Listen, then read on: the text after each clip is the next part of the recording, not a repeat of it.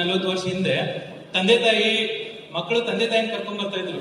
ನಮ್ ತಂದೆ ಕ್ಯಾನ್ಸರ್ ಆಗೈತಿ, ನಮ್ ತಂದೆಗೆ ಹಾರ್ಟ್ ಅಟ್ಯಾಕ್ ಆಗೈತಿ, ನಮ್ ತಂದೆಗೆ ಸ್ಟ್ರೋಕ್ ಆಗಿದೆ. ಈಗೇನಾಗ್ತದೆ, ತಂದೆ ತಾಯಿ ತಮ್ಮ ಮಕ್ಕಳಿಗೆ ಕರ್ಕೊಂಡ್ ಬರಾಕ್ತಾರೆ. ಹೆಂಗ್ ಮಕ್ಕಳು 25-35 ವಯಸ್ಸವರು ನನ್ನ ಮಗನಿಗೆ ಹಾರ್ಟ್ ಅಟ್ಯಾಕ್ ಐತಿ, ಏನ್ ಮಾಡೋದ್ರಿ, ನನ್ನ ಮಗಳಿಗೆ ಸ್ಟ್ರೋಕ್ ಆಗಿದೆ. And even Young women are coming with stroke. That is the shocking thing what we are seeing in our hospitals. So ಈ ಕಾಲಚಕ್ರ ಬದಲಾಗ್ತಾ ಇದೆ. ಇದು ಜಿಮ್ಸ್ ಜನರಲ್ ವಾರ್ಡ್ ನಾನು ಇವತ್ತು ಗಮನಿಸಿದೆ. ನಾನು ಇವತ್ತು ಜನರಲ್ ವಾರ್ಡ್ ಮೇಲ್ ವಾರ್ಡ್ಸ್ ರೌಂಡ್ಸ್ ಮಾಡಿದೆ. ಅಲ್ಲಿ ನೋಡಿದೆ ಪ್ರತಿ 10 ಪೇಷಂಟ್ ರಲ್ಲಿ 6 ರಿಂದ 7 admitted patient are the target of the substance abuse. ಅಂದ್ರೆ ಆಲ್ಕೋಹಾಲಿಸಮ್ ಆಯ್ತು, ಟೊಬ್ಯಾಕೋ ಆಯ್ತು, gutka, Chinese are the more than 6 to 7 patients per 10 patient admitted in the hospital. ಆಮೇಲೆ ಇವರು ಏನ್ ಮಾಡ್ತಿರ್ಬೇಕು, ನಮ್ಮ ದೇಶದ ಭವಿಷ್ಯನ ಬಿಲ್ಡ್ ಮಾಡ್ತಿರ್ಬೇಕು. ಅದನ್ನ ಬಿಟ್ಟು ಇವರು ಜಿಲ್ಲಾಸ್ಪತ್ರೆಯಲ್ಲಿ ಅಡ್ಮಿಟೆಡ್ ಆಗಿದ್ದಾರೆ. ವೇದಿಕೆ ಮೇಲೆ ಇರ್ತಕ್ಕಂಥ ಎಲ್ಲ ಗಣ್ಯ ವ್ಯಕ್ತಿಗಳಿಗೆ ನಾನು ನಮಸ್ಕಾರಗಳನ್ನು ಹೇಳ್ತಾ ಇದ್ದೀನಿ. ಮತ್ತೆ ನನ್ನ ಎಲ್ಲ ಯುವ ಮಿತ್ರರಿಗೆ ನಾನು ನಮಸ್ಕಾರಗಳನ್ನು ಹೇಳ್ತಾ ಇದ್ದೀನಿ. ಸೊ ಈ ಯುವ ಸಮಾವೇಶದ ಅಡಿ ನೋಡಿ, ಸಬಲ ಯುವಕರು, ಶುದ್ಧ ಮನಸ್ಸು, ಸುರಕ್ಷಿತ ಭವಿಷ್ಯ. ಇದು ಬಹಳ ಸುಂದರ ಮತ್ತು ಸೂಕ್ತವಾಗಿದೆ. ಯಾಕಂದ್ರೆ I want to congratulate the team of solidarity for selecting such a beautiful tagline. ಯಾಕಂದ್ರೆ ಇವತ್ತಿನ ಈ ಟೈಮ್ ಇದು ಅವಶ್ಯಕತೆ ಇದೆ. ಯಾಕಂದ್ರೆ ನಮ್ಮ ಯುವಕರು ಏನ್ ಮಾಡ್ತಿದಾರೆ ಅಂದ್ರೆ ಹಗಲಲ್ಲಿ ಹಾಳು ಬಾವಿ ಬೀಳ್ತಿದ್ದಾರೆ. ಎಲ್ಲ ಗೊತ್ತಿದ್ದು ಹಗಲಲ್ಲಿ ಹಾಳು ಬಾವಿ ಬೀಳುದು ಇದಕ್ಕೆ ಅನ್ನೋದು. ಸೊ ಐ ಥಿಂಕ್ ನಿಮ್ಗೆ ಸ್ಲೈಡ್ಸ್ ವಿಸಿಬಲ್ ಇದೆ.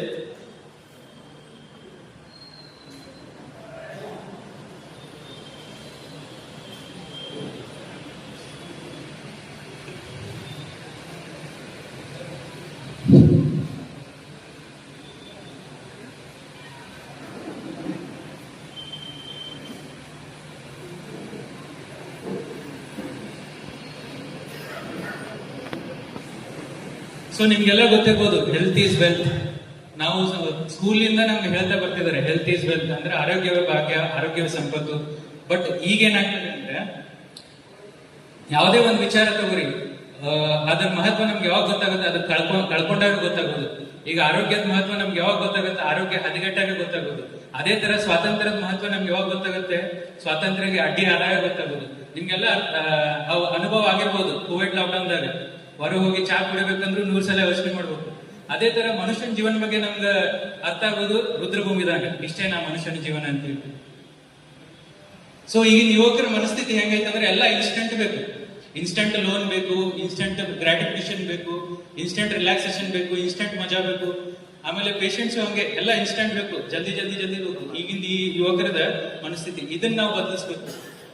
ನಾನು ಯಾಕೆ ಈ ಮಾತನ್ನು ಹೇಳ್ತಾ ಇದ್ದೀನಿ ಅಂದ್ರೆ, ಈಗ ಏನಾಗ್ತಿತ್ತು, ಮೊದಲೊಂದು 30-40 ವರ್ಷ ಹಿಂದೆ ಮಕ್ಕಳು ತಂದೆ ತಾಯಿನ ಕರ್ಕೊಂಡ್ ಬರ್ತಾ ಇದ್ರು. ನಮ್ ತಂದೆ ಕ್ಯಾನ್ಸರ್ ಆಗೈತಿ, ನಮ್ ತಂದೆಗೆ ಹಾರ್ಟ್ ಅಟ್ಯಾಕ್ ಆಗೈತಿ, ನಮ್ ತಂದೆಗೆ ಸ್ಟ್ರೋಕ್ ಆಗಿದೆ. ಈಗೇನಾಗ್ತದೆ, ತಂದೆ ತಾಯಿ ತಮ್ಮ ಮಕ್ಕಳಿಗೆ ಕರ್ಕೊಂಡ್ ಬರಾಕ್ತಾರೆ. ಹೆಂಗ್ ಮಕ್ಕಳು 25-35 ವಯಸ್ಸವರು ನನ್ನ ಮಗನಿಗೆ ಹಾರ್ಟ್ ಅಟ್ಯಾಕ್ ಐತಿ, ಏನ್ ಮಾಡೋದ್ರಿ, ನನ್ನ ಮಗಳಿಗೆ ಸ್ಟ್ರೋಕ್ ಆಗಿದೆ. And even Young women are coming with stroke. That is the shocking thing what we are seeing in our hospitals. So ಈ ಕಾಲಚಕ್ರ ಬದಲಾಗ್ತಾ ಇದೆ. ಇದು ಜಿಮ್ಸ್ ಜನರಲ್ ವಾರ್ಡ್ ನಾನು ಇವತ್ತು ಗಮನಿಸಿದೆ. ನಾನು ಇವತ್ತು ಜನರಲ್ ವಾರ್ಡ್ ಮೇಲ್ ವಾರ್ಡ್ಸ್ ರೌಂಡ್ಸ್ ಮಾಡಿದೆ. ಅಲ್ಲಿ ನೋಡಿದೆ ಪ್ರತಿ 10 ಪೇಷಂಟ್ ರಲ್ಲಿ 6 ರಿಂದ 7 admitted patient are the target of the substance abuse. ಅಂದ್ರೆ ಆಲ್ಕೋಹಾಲಿಸಮ್ ಆಯ್ತು, ಟೊಬ್ಯಾಕೋ ಆಯ್ತು, gutka, Chinese are the more than 6 to 7 patients per 10 patient admitted in the hospital. ಆಮೇಲೆ ಇವರು ಏನ್ ಮಾಡ್ತಿರ್ಬೇಕು, ನಮ್ಮ ದೇಶದ ಭವಿಷ್ಯನ ಬಿಲ್ಡ್ ಮಾಡ್ತಿರ್ಬೇಕು. ಅದನ್ನ ಬಿಟ್ಟು ಇವರು ಜಿಲ್ಲಾಸ್ಪತ್ರೆಯಲ್ಲಿ ಅಡ್ಮಿಟೆಡ್ ಆಗಿದ್ದಾರೆ. ಎದಕ್ಕಪ್ಪ ಅಂದ್ರೆ ಅವ್ರ ದುಶ್ಚಟಗಳು, ಅದ್ರ ಸಲುವಾಗಿ. ಸೊ ಈಗ ನಾನು ನೋಡ್ತಿರ್ತೀನಿ, ಯಂಗ್ಸ್ಟರ್ಸ್ ಬಂದಿರ್ತಾರೆ ನನ್ನ ಹತ್ರ, ಅವರಿಗೆ ಸ್ಮೋಕಿಂಗ್ ಹ್ಯಾಬಿಟ್ ಇರುತ್ತೆ ಅಥವಾ ಆಲ್ಕೋಹಾಲ್ ಹ್ಯಾಬಿಟ್ ಇರುತ್ತೆ. ಅವ್ರಿಗೆ ನಾನು ಕೇಳ್ತೀನಿ, ಯಾಕಪ್ಪ ನಿಮ್ಗೆ ಗೊತ್ತೈತಲ್ಲ ಅದ್ರ ಮೇಲೆ ಸಿಗರೇಟ್ ಮೇಲೆ ಬರ್ದಿರ್ತಾರೆ smoking causes cancer, tobacco causes cancer. ಆದ್ರೂ ಅದು ಓದಿನೂ ಮಾಡ್ತಿಲ್ಲ. ಅವ್ರೇನಂತಂದ್ರೆ ಕಳ್ಳೆಪ್ಪಗಳನ್ನ ಹೇಳ್ತಾರೆ. ಏನಿಲ್ಲ ಸರ್, ನಮ್ದು ರಿಲೇಟಿವ್ 30 ವರ್ಷದಿಂದ ಸಿಗರೇಟ್ ಸ್ಮೋಕ್ ಮಾಡ್ತಾರೆ, ಅವ್ರಿಗೆ ಕ್ಯಾನ್ಸರ್ ಆಗಿಲ್ಲ. 1000 ಜನಕ್ಕೆ 1-2 ಜನಕ್ಕಷ್ಟೇ ಕ್ಯಾನ್ಸರ್ ಆಗೋದು ಅಂತ ಹೇಳ್ತಾರೆ. ನಾನು ಅವ್ರಿಗೆ ಅದನ್ನ ಹೇಳುದು, ವಾಟ್ ಯು ನೋ, ನಿಮ್ಗೆ ಟಿವಿಯಾಗ ಅಡ್ವರ್ಟೈಸ್ಮೆಂಟ್ ದಾಗ ಏನ್ ಮಾಡ್ತಾರಲ್ಲ, ಮಿಸ್ಲೀಡ್ ಮಾಡ್ತಾರೆ. ಬರೀ ಕ್ಯಾನ್ಸರ್ ಅಷ್ಟೇ ಅದ್ರ ಬಗ್ಗೆ ನಿಮ್ಗೆ ಹೇಳ್ತಾರೆ. ಈಗ ಸ್ಮೋಕಿಂಗ್ ಕಾಸಸ್ ಕ್ಯಾನ್ಸರ್ ಅಷ್ಟೇ ಅಂತ ನಿಮ್ಗೆ ಗೊತ್ತಿರುತ್ತೆ. ಬಟ್ ಅಲ್ಲಿ ಏನಿರುತ್ತೆ, tip of the iceberg. It can cause heart attack, stroke and various others elements. Okay, so ಇನ್ನೊಂದು ಮೊನ್ನೆ ಸಾಫ್ಟ್ವೇರ್ ಇಂಜಿನಿಯರ್ ಬಂದಿದ್ರು. ಅವ್ರ ಹತ್ರ 3 ಡಿಗ್ರಿ ಅದಾವ, BE, M.Tech, PhD. ನಾನು ಅದಕ್ಕೆ ಕೇಳಿದೆ, ಯಾಕಪ್ಪ ಈ ಆಲ್ಕೋಹಾಲ್ ಹ್ಯಾಬಿಟ್ ಹೆಂಗ್ ಇತ್ತು? ಅವ್ರದ ಅಂದ್ರೆ, ನಾನು ಫಸ್ಟ್ ಕುಡಿತಿರ್ಲಿಲ್ಲ ಸರ್, ನಮ್ದು ಫ್ರೆಂಡ್ಸ್ 1 ಪೆಗ್ ಹೊಡಿ ರಿಲ್ಯಾಕ್ಸ್ ಆಗುತ್ತೆ ಅಂತ ಹೇಳಿ ಸ್ಟಾರ್ಟ್ ಮಾಡಿಸಿದ್ದು. ಆ 1 ಪೆಗ್ ಏನಾಯ್ತು, ಆಮೇಲೆ ಸೋಷಿಯಲ್ ಡ್ರಿಂಕಿಂಗ್ ಆಯ್ತು, ಮಾಡರೇಟ್ ಡ್ರಿಂಕಿಂಗ್ ಅಂತ ಹೇಳಿ. ಆಮೇಲೆ ಏನಾಯ್ತು, ಈಗ ಹೆಂಗದಾರಂದ್ರೆ ಕುಡುಕರು ಹೆಂಗದಾರಂದ್ರ ಮೊದ್ಲೆಲ್ಲ ಏನಿತ್ತು, ಕಾರಣ ಇದ್ರೆ ಕುಡಿತಿದ್ರು, ಈಗ ಕುಡಿಯಕ್ಕೆ ಕಾರಣ ಹುಡುಕ್ತಾರೆ, ಹಂಗಾಗ್ತೈತಿ ಈಗ. ಸೊ ಏನ್ರ ಕುಡಿಯಕ್ಕಂತ ಕಾರಣ. ಸೊ ಏನಾಗ್ತದೆ, ವೀಕೆಂಡ್ ಡ್ರಿಂಕಿಂಗ್ ಇದು ಬಹಳ ಈಗ ಕಾಮನ್ ಆಗ್ಬಿಟ್ಟಿದೆ. ಸ್ಯಾಟರ್ಡೆ ಮಂಡೇಲಿಂದ ಫ್ರೈಡೆ ವರ್ಕ್ ಮಾಡೋದು, ಸ್ಯಾಟರ್ಡೆ ಸಂಡೇ ಕುಡಿಯೋದು, ಮಂಡೇನ ಮಾತ್ರ ಬರೋದು. ನಮ್ಮ ಪ್ರೊಫೆಷನಲ್ ನೋಡ್ತಾ ಇದೀನಿ, ಮಂಡೇ ಅಲ್ಪ ಡಾಕ್ಟರ್ ಬಾಳ ಎದೆ ನೋವು, ಎದೆ ಉರಿ, ಗ್ಯಾಸ್ಟ್ರೈಟಿಸ್ ಅಂತ ಹೇಳಿ. ಸೊ ಯಾವುದೇ ವ್ಯಸನದ ನೀವು ಸಬ್ಸ್ಟೆನ್ಸ್ ತಗೋರಿ, ಆಲ್ಕೋಹಾಲ್ ಆಯ್ತು, ಟೊಬ್ಯಾಕೋ ಆಯ್ತು, ಆಮೇಲೆ ಗುಟ್ಕಾ ಆಯ್ತು, ಏನಾಗ್ತದೆ ನೀವು ತಗೊಂಡಾಗ ಒಂದು ಪಫ್ ಹೊಡೆದಾಗ ಏನಾಗುತ್ತೆ, ಸಡನ್ ಆಗಿ ನಿಕೋಟಿನ್ ನಿಮ್ ಲಂಗ್ಸ್ ಲಿಂದ ಬ್ರೈನ್ ಹೋಗುತ್ತೆ. ಆ ಬ್ರೈನ್ ಅಲ್ಲಿ ಏನಾಗುತ್ತೆ, ಇವು ಹ್ಯಾಪಿ ಹಾರ್ಮೋನ್ಸ್ ಅಂತ ಹೇಳ್ತೇವೆ, ಡೋಪಾಮೈನ್, ಎಂಡೋರ್ಫಿನ್, ಆಕ್ಸಿಟೋಸಿನ್, ಸೈಟೋನ್, ಇವೆಲ್ಲ ರಿಲೀಸ್ ಆಗ್ತಾವ. ರಿಲೀಸ್ ಆಗುತ್ತೆ, ಆದಾಗ ಏನಾಗುತ್ತೆ, ಅವ್ರಿಗೆ ಇನ್ಸ್ಟೆಂಟ್ ಹ್ಯಾಪಿನೆಸ್ ಸಿಗುತ್ತೆ, ಖುಷಿ ಸಿಗುತ್ತೆ. ಯಾರು ನಿಮ್ಗೆ ಹೊಗಳಿದಾಗ, ಒಂದ್ ಒಳ್ಳೆ ಕೆಲಸ ಮಾಡಿದಾಗ ಏನ್ ಖುಷಿ ಸಿಗುತ್ತಲ್ಲ, ಅದನ್ನ ಇಂಥ ಖುಷಿ ಇದನ್ನ ಮಾಡಿದಾಗ ಸಿಗುತ್ತೆ. ಆದ್ರೆ ಇದೇನ ದುರಂತ ಅಂದ್ರೆ ಏನು, it is very short acting. ಅಂದ್ರೆ ಒಂದ್ 5 ನಿಮಿಷಕ್ಕೆ ಅದು ಮತ್ತೆ ಮುಗಿದೋಗ್ಬಿಡುತ್ತೆ. ಮತ್ತ ಕುಡ್ಕ ಏನ್ ಅನಿಸ್ತೈತಿ, ಇನ್ನೊಂದ್ ಪೆಗ್ ಹಾಕ್ಬೇಕು, ಅಥವಾ ಬೇಟಿ ಸೇದೋಣಿಗೆ ಏನಿಸ್ತೈತಿ, ಅರ್ಧ ತಾಸು 2 ತಾಸು ಬಿಟ್ಟು ಇನ್ನೊಂದು ಸಿಗರೇಟ್ ಸೇರ್ಬೇಕು ಅಂತ ಹೇಳಿ. ಆಮೇಲೆ ಇದು ನೀವು ಫಸ್ಟ್ ಟೈಮ್ ಸ್ಮೋಕ್ ಮಾಡಿದಾಗ ನಿಮ್ಗೆ ಎಷ್ಟು ರಿಲ್ಯಾಕ್ಸೇಷನ್ ಸಿಗುತ್ತೆ, ಅದೇ ಒಂದ್ ವಾರ ಬಿಟ್ಟ ಮೇಲೆ ಒಂದ್ ಸಿಗರೇಟ್ ಕುಡಿದಾಗ ಅಷ್ಟು ರಿಲ್ಯಾಕ್ಸೇಷನ್ ಸಿಗಲ್ಲ. ಅವಾಗ ನೀವು ಏನಾಗುತ್ತೆ, ಸ್ಲೋಲಿ ಇನ್ಕ್ರೀಸ್ ಮಾಡ್ಕೊಂತ ಹೋಗ್ತಾರೆ, ಅದು ಅವ್ರಿಗೆ ಗೊತ್ತಾಗಲ್ಲ ಆ ಭಯಾನಕ ಜಾಗದಾಗ ನಾ ಬೀಳ್ತದೇನೆ ಅಂತ ಹೇಳಿ. ಈಗ 1-2 ಸಿಗರೇಟ್ ಸೇದೋ ಏನೋ ಮಾಡ್ತಾನೆ, 1-2 ತಿಂಗಳು ಬಿಟ್ಟು 4 ಸಿಗರೇಟಿಗೆ ಬರ್ತಾನೆ. 4 ಸಿಗರೇಟ್ ಲಿಂದ ಒಂದು ಪ್ಯಾಕ್ ಲಿಂದ 2 ಪ್ಯಾಕ್, ಆಮೇಲೆ ಚೇಂಜ್ ಸ್ಮೋಕರ್, ಅವ್ನ್ ಗೊತ್ತೇ ಆಗಲ್ಲ. ಆಮೇಲೆ ಹುಡುಗರು ಹಂಗ, ಯುವಕರು ಹಂಗ ಏನಾಗ್ತಾರೆ, ವಾರಕ್ಕೆ ಒಂದ್ಸಲ ಕುಡಿಯೋರು ಏನಾಗ್ತಾರೆ, ಹಂಗ 2 ದಿನಕ್ಕೊಮ್ಮೆ 3 ದಿನಕ್ಕೊಮ್ಮೆ. ಆಮೇಲೆ ಏನಾಗ್ತೈತಿ, ಡೈಲಿ. ಆಮೇಲೆ ಸ್ವಲ್ಪ ಜನ ಮಾತ್ರ ಪೇಷಂಟ್ ಇರ್ತಾರ, ಮುಂಜಾನೆ ಡ್ರಿಂಕ್ಸ್ ಮಾಡಿಲ್ಲ ಅಂದ್ರೆ ಕೈ ಕಾಲ ಆಡಂಗಿಲ್ಲ, ಬೆಲೆ ಒದ್ದಾಡ್ತಿರ್ತಾರ, ಅವ್ರು ಕೈ ನಡಕ್ತಿರ್ತಾವ, ಆ ತರ ಅಡಿಕ್ಷನ್ ಆಗ್ಬಿಡುತ್ತೆ. ಸೊ ನಂಗೆ ಇನ್ನೊಂದು ಪೇಷಂಟ್ ಕೇಳಿದ್ರು, ಸರ್ ಒಂದು ಡ್ರಿಂಕ್ ಮಾಡೋದ್ರಿಂದ ಏನು ಹಾರ್ಮ್ ಆಗಲ್ಲ, ಯಾವಾಗ ವರ್ಷಕ್ಕೆ ಒಂದ್ಸಲ ಮಾಡಿದ್ದೀನಿ, ಹ್ಯಾಪಿ ನ್ಯೂ ಇಯರ್. ನಾವ್ರಿಗೆ ಒಂದು ಎಕ್ಸಾಂಪಲ್ ಕೊಟ್ಟೆ, ನಮ್ದು ದೇವ್ರು ನಮ್ಗೆ ಲಿವರ್ ಅಂತ ಕೊಟ್ಟಾನೆ, ಅದ್ರದ್ದು ಏನಿರ್ತಾವ 500 ವೈಟಲ್ ಫಂಕ್ಷನ್ಸ್ ಇರ್ತಾವ. ಒಂದು ಲಿವರ್ ಒಂದು 500 ಫಂಕ್ಷನ್ಸ್ ಮಾಡ್ತೈತಿ.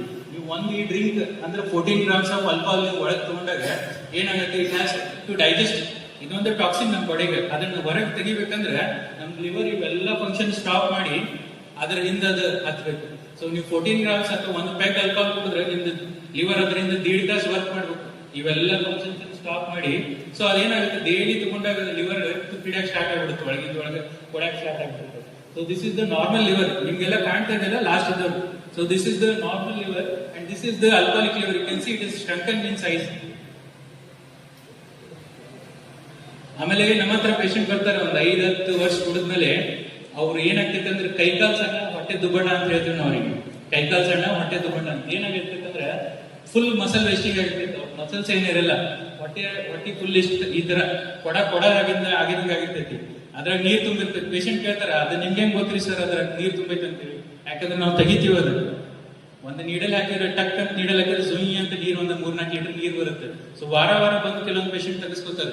ಬಟ್ ದುರಂತ ಏನಂತಂದ್ರೆ ಇವೆಲ್ಲ ಯಂಗ್ ಪೇಷಂಟ್ ಅಲ್ಲಿ ನಾವು ನೋಡ್ತಾ ಇದ್ವಿ, 25-35 ವಯಸ್ಸು, 40 ವಯಸ್ಸು.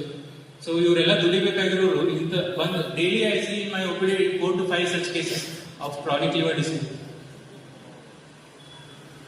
ಆಮೇಲೆ ನಾವು ಆಲ್ಕೋಹಾಲ್ ಲಿವರ್ ಫೇಲ್ಯೂರ್ ಆಗಿರ್ತೈತಲ್ಲ, ಅವ್ರಿಗೆ ಕೈ ಈ ತರ ಮಾಡಿದ್ರೆ ಈ ಪೊಸಿಷನ್ ಮೇಂಟೈನ್ ಮಾಡಕ್ ಬರ್ತಿರ್ಲ, ಕೈ ನಡಕ್ತಿರ್ತಾರ. ನಾವು ಮೆಡಿಕಲ್ ಸ್ಟೂಡೆಂಟ್ಸ್ ಡೆಮಾನ್ಸ್ಟ್ರೇಟ್ ಮಾಡ್ತೀವಿ, ನೋಡ್ ದೇವ್ರ ಕರೀತದ, ನಾನು ಬರ್ತೀನಿ ಅಂತ ಹೇಳ್ತಾನ ಅಂತ ಹೇಳಿ.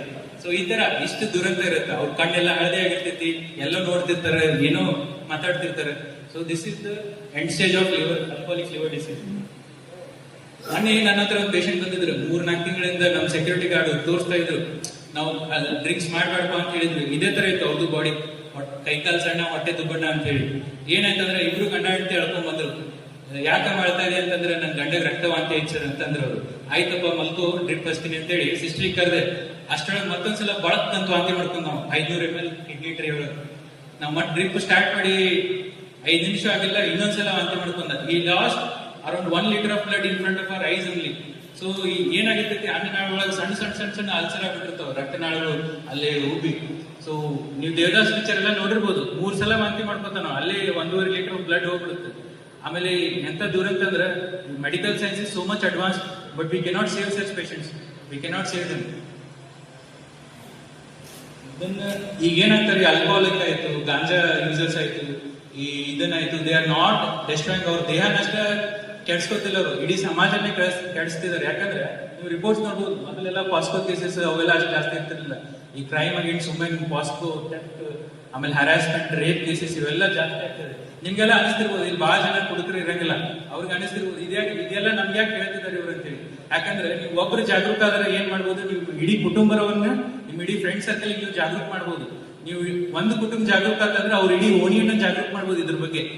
ಯಾಕಂದ್ರೆ ವಸುದೈವ ಕುಟುಂಬಕಂ ಅಂದ್ರೆ ಇಡೀ ಮನುಕುಲವೇ ನಮ್ ಕುಟುಂಬ ಇದ್ದಂಗೆ. ಸೊ ನಾವು ಅವ್ರ ಕಾಳಜಿ ಮಾಡ್ಬೇಕು. ಅವ್ರ ತಪ್ಪು ದಾರಿ ಹಿಡಾಕ್ತಾರೆ ಅಂದ್ರೆ ಅವ್ರ ಇದ್ದಿದ್ದು ಹೇಳ್ಬೇಕು.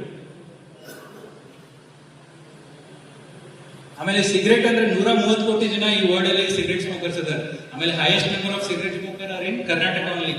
ನೀವು ಅದ ಒಂದು ಸಿಗರೇಟ್ ತಗೊಳಕ್ ನೀವು ನಿಮ್ ಮೈಂಡಿಗೆ ಬರ್ಬೇಕು, ನೀವು 10 ರೂಪಾಯಿ ಕೊಟ್ಟು ಬರೀ ಸಿಗರೇಟ್ ತಗೋತಿಲ್ಲ, ಅದ್ರ ಜೊತೆ ಫ್ರೀ ಆಗಿ cancer risk, stroke risk, heart attack risk ಇವೆಲ್ಲ ಖರೀದಿ ಮಾಡತ್ತೀರಿ. ಆಮೇಲೆ ಬಹಳ ಜನ ನಂಗೆ ಹೇಳ್ತಾರೆ ಕ್ಯಾನ್ಸರ್ ನ ಆಗಿದ್ದು ನೋಡೇ ಇಲ್ಲ, ಎಷ್ಟೊಂದು ಜನ ಸಿಗರೇಟ್ ಸೇರ್ತಾರೆ. Cancer is like main course ತರ. ಈಗ ಒಂದು ಹೋಟೆಲ್ ಹೋದಾಗ ಮೇನ್ ಕೋರ್ಸ್ ನಿಮ್ಗೆಲ್ಲ ಲಾಸ್ಟ್ ಕೊಡ್ತಾರೆ ಅದೇ ತರ, ಬಟ್ ಸ್ಟಾರ್ಟರ್ಸ್ ಸೂಪ್ ಫಸ್ಟ್ ಕೊಡ್ತಾರೆ. ಅದನ್ನ ಹೇಳ್ತೀನಿ ಏನೇನ್ ಬರ್ತಾವ ಸ್ಟಾರ್ಟರ್ ಸೂಪ್ಸ್ ಏನೇನು.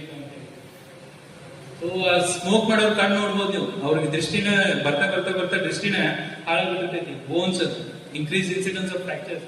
ಆಮೇಲೆ ಬಹಳಷ್ಟು ಯಂಗ್ಸ್ಟರ್ಸ್ ಬರ್ತಾರೆ.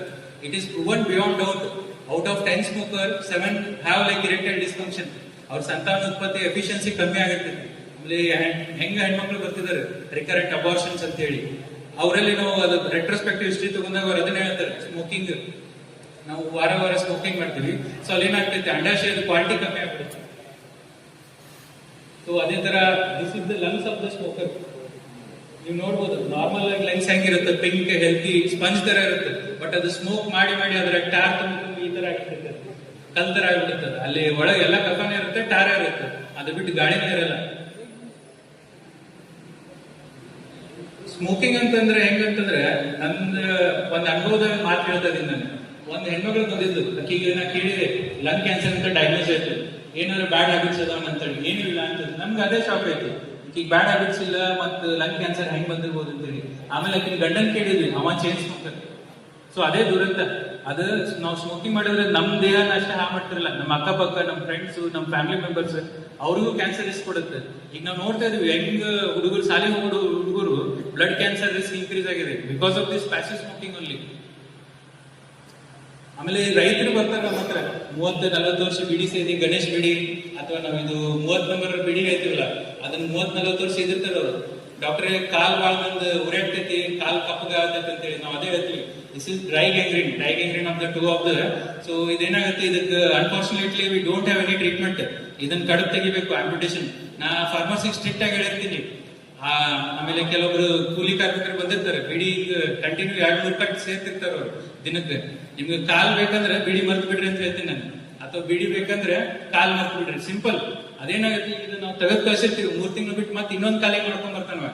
ಅಂದ್ರೆ this addiction is so much severe ಅಂತ ನಾನು I want to tell. And this is the tobacco staining. ನೀವು ಯಾರು ಸ್ಮೋಕ್ ಮಾಡ್ತಿರ್ತಾರಲ್ಲ, ಟಾರ್ ಫಿಂಗರ್ ನೇಲ್ ಸ್ಟೇನಿಂಗ್ ಆಗಿರ್ತೈತಿ. ಈಗ ನಾವು ಬಹಳ ಜನ ಯಂಗ್ಸ್ಟರ್ಸ್ ಅಲ್ಲಿ ನೋಡ್ತಾ ಇದ್ವಿ. ಈಗ ನೀವು ನ್ಯೂಸ್ ಅಲ್ಲಿ ನೋಡ್ತಿರ್ಬೋದು, so many youngsters 30, 35, 40 years sudden ಆಗಿ ಹಾರ್ಟ್ ಅಟ್ಯಾಕ್ ಆಯ್ತು, ಸಡನ್ ಆಗಿ ಸ್ಟ್ರೋಕ್ ಆಯ್ತು, ಪಾರ್ಶ್ವವಾಯು. ನಾವು ಸ್ಟ್ರೋಕ್ ನೋಡೇ ಇರಲಿಲ್ಲ ನಮ್ಮ ಮೆಡಿಕಲ್ MBBS ಮಾಡುವಾಗ. ಲೆಸ್ ದನ್ 25-30 ಇಯರ್ಸ್ ಅಲ್ಲಿ ನೋಡೇ ಇರಲಿಲ್ಲ. ಬಟ್ ಈಗ ನಾನು ಡೈಲಿ 1-2 ಕೇಸಸ್ ನೋಡ್ತಾ ಇದ್ವಿ. ಸೊ ಸಮಯದ ಅಭಾವದಿಂದ ನಾನು ಜಲ್ದಿ ಹೇಳಕ್ ಪ್ರಯತ್ನ ಮಾಡ್ತೀನಿ. ಆಮೇಲೆ ಗುಟ್ಕಾ ಚೀವರ್ಸ್ ಬಹಳ ಜನ ಇದಾರೆ ಈ ನಾರ್ತ್ ಕರ್ನಾಟಕ ಬೆಲ್ಟ್ ಅಲ್ಲಿ. ಸ್ವಲ್ಪ ಜನ ಯಂಗ್ಸ್ಟರ್ಸ್ ನಮ್ಮ ಹತ್ರ ಬರ್ತಾರೆ, ಅವ್ರಿಗೆ ಬಾಯಿನ ತೆಗಿಯಕ್ ಬರ್ತಿರಂಗಿಲ್ಲ, ಯಾಕಂದ್ರೆ ಫುಲ್ ಪ್ಲಾಸ್ಟಿಕ್ ತರ ಆಗ್ಬಿಟ್ಟಿರ್ತೈತಿ. ತಂಬಾಕು ಹಾಕೊಂಡ್ 1 ಸೆಂಟಿಮೀಟರ್ ಬಾಯಿ ಕೂಡ, ಇಲ್ಲಾಂದ್ರೆ ನಮ್ 3-4 ಬಾಯಿ ಒಳಗೆ ಹೋಗ್ತಿರ್ತಾವ. ಇಲ್ಲಾಂದ್ರೆ 1 ಸೆಂಟಿಮೀಟರ್ ಬಾಯಿನೂ ತೆಗಿಯಕ್ ಆಗ್ತಿರಂಗಿಲ್ಲ. ಅವ್ರಿಗೆ ನಾವು ಟ್ಯೂಬ್ ಹಾಕಿ ಅದ್ರ ಮುಖಾಂತರ ಗಂಜಿ ಎಲ್ಲ. ಮತ್ತೆ ಸ್ವಲ್ಪ ಜನ ನನ್ ಪೇಷಂಟ್ಸ್ ಕೇಳ್ತಾರೆ, ಸರ್ ಇದು ಆಲ್ಕೋಹಾಲ್ ಟೊಬ್ಯಾಕೋ ಬ್ಯಾನ್ ಮಾಡ್ಬಿಡ್ಬೇಕು ಗೌರ್ಮೆಂಟ್, ನಮ್ಗೆಲ್ಲ ಇದು ಇಷ್ಟೆಲ್ಲ ಹಾನಿ ಮಾಡ್ತಾ ಇದೆ, ಇಷ್ಟೆಲ್ಲ ದುಷ್ಪರಿಣಾಮ ಇದ್ರೆ ಯಾಕೆ ಬ್ಯಾನ್ ಮಾಡಲ್ಲ, ಅದಕ್ಕೆ ಸೊಲ್ಯೂಷನ್ ಯಾಕೆ ಬ್ಯಾನ್ ಮಾಡಲ್ಲ ಅಂತಂದ್ರೆ, ಈಗ ಬ್ಯಾನ್ ಮಾಡ್ಬಿಟ್ರೆ ಏನಾಗುತ್ತೆ, ಬ್ಲಾಕ್ ಮಾರ್ಕೆಟ್ ಜಾಸ್ತಿ ಆಗ್ಬಿಡುತ್ತೆ, ಅದ್ರ ಕಳ್ಳಿ ಬಟ್ಟಿ ಸರಾಯ ಜಾಸ್ತಿ ಆಗುತ್ತೆ, ಅದ್ರ ಇಲ್ಲಿಗಲ್ ಸೆಲ್ಲಿಂಗ್ ಜಾಸ್ತಿ ಆಗುತ್ತೆ, ಕ್ವಾಲಿಟಿ ಕಂಟ್ರೋಲ್ ಹೋಗ್ಬಿಡುತ್ತೆ, ಆಮೇಲೆ ಸರ್ಕಾರಕ್ಕೆ ಆದಾಯ ಕಮ್ಮಿ ಆಗ್ಬಿಡುತ್ತೆ, ಟ್ಯಾಕ್ಸ್ ಕಮ್ಮಿ ಆಗುತ್ತೆ. ಅದರಿಂದ ನಾವೇನ್ ಮಾಡ್ಬೇಕು, ಇದನ್ನ ಕಲ್ಚರಲಿ ಮತ್ತೆ ಸೋಷಿಯಲಿ ರಿಜೆಕ್ಟ್ ಮಾಡ್ಬೇಕು. ನಾವು ನಮ್ಮ ಮನೆಯಿಂದ, ನಮ್ಮ ಫ್ರೆಂಡ್ ಸರ್ಕಲ್ ಇಂದ ಇದನ್ನೆಲ್ಲ ತೆಗಿತಾ ಬರ್ಬೇಕು. ಅವಾಗ ಗೌರ್ಮೆಂಟ್ ಕೂಡ ಬ್ಯಾನ್ ಮಾಡ್ಬೇಕು.